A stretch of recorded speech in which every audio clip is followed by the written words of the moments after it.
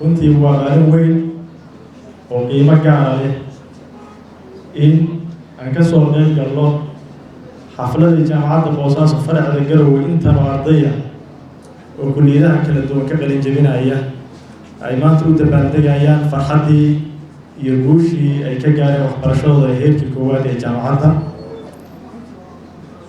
waxaan rabaa inaan u hambaliyeeyo maamulka iyo macallimiinta jaamacadda oo ugu horeeya Vice Chancellor-ka iyo Director-ka jaamacadda faracda Garowe iyo macallimiintaba shaqada ay soo qabteen iyo ubadka runtii qiimaha badan oo ay waxbarashadooda ka soo dhiseen jaamacadda heerkeeda koowaad maanta halkan ka qalin bedeshay.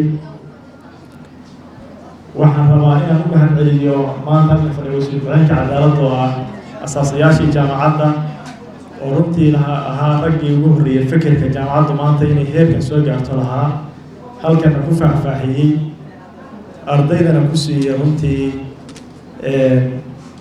talooyin wax ku ool ah. waxaan filayaa ardayda maanta hambalyadooda waxaa u dheereeyay talooyin qiimo leh oo la siiyey in la yiraahdo hambalyo oo maanta la dabaaldegno waxa ka sii fiican inaan siino talooyin wax ku ool ah oo mustaqbalkooda ay ku dhisayaan. anigu waxaan leeyahay talooyinku waa la siiyey laakiin waxaan idin rajaynayaa guul iyo barwaaqo iyo mustaqbal ifaya insha Allah hadasha. waxaan maanta halkan ka bartay kulliyadaha jaamacadda siday ardaydu u kala barteen dhinaca genderka marka la fiiriyo ama rag iyo dumar. waxay ii muuqanaysay accounting-kii iyo maamulka guud public administration-kii inay raggu ku badnaayeen, dhinacii caafimaadka iyo social science-kana inay dumarku ku badnaayeen.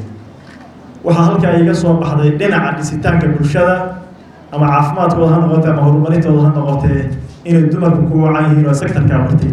aad baan ugu mahadcelinayaa. waxaan runtii bogaadinayaa jaamacaddu horumarkay ka gaartay dhinaca xiriirka jaamacadaha dibadda. waxay ii muuqanaysaa 4 jaamacadood oo maanta wakiilada halkan ka joogaan inay yihiin jaamacadaha East Africa ugu horeeya. arrintaas aad iyo aad baan u bogaadinayaa. jaamacaddu horumarkay gaartay anigoo asadkeeda iyo alumnigeeda ka mid ah jaamacadda aad baan u bogaadinayaa. waa ku faraxsan.